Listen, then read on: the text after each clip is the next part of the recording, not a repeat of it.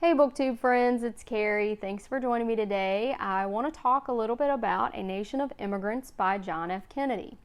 This essay was originally published in 1958 while the then Senator Kennedy was working on passing an immigration amendment in the U.S. Congress. Kennedy was approached by the Anti-Defamation League to publish this essay as part of a series that they were producing. The intent of their essay collection was essentially to tamp down some of the anti-immigrant sentiment that they were seeing throughout the country.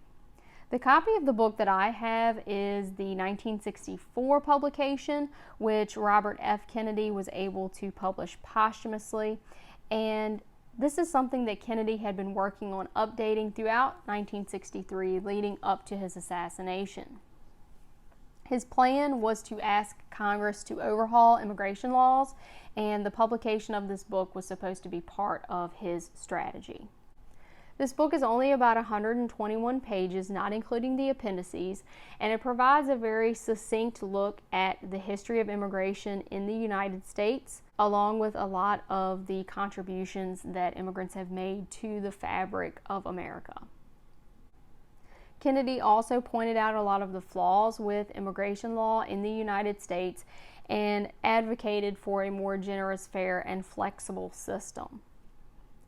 Throughout the Kennedy administration, he did support several immigration acts, including the 1962 Migration and Refugee Assistance Act, which was specifically created to assist Cubans fleeing Castro's regime. The Justice Department under the Kennedy administration also oversaw a parole program which admitted 15,000 refugees from communist China. In this book, Kennedy talks a lot about American culture and the spirit of America, and looking at that as something that has been shaped by immigrants. I want to read a quote from page 29. He says, "The name America was given to this continent by a German mapmaker, Martin Waldseemüller, to honor an Italian explorer, Amerigo Vespucci.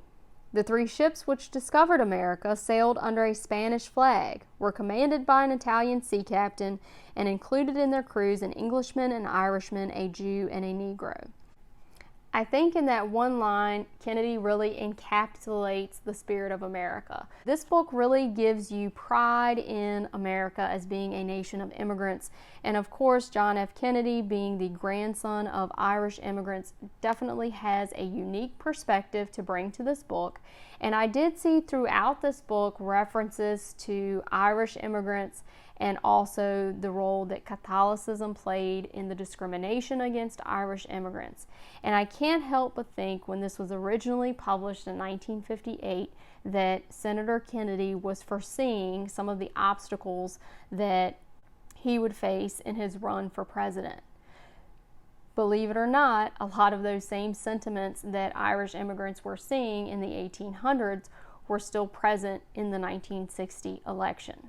In this book, Kennedy clearly exposes the arbitrary nature of the national origins quota system, which had been in place since the 1920s, and he shows that it favored immigrants from Northern and Western Europe, and it was extremely discriminatory when it came to creating a fair immigration law.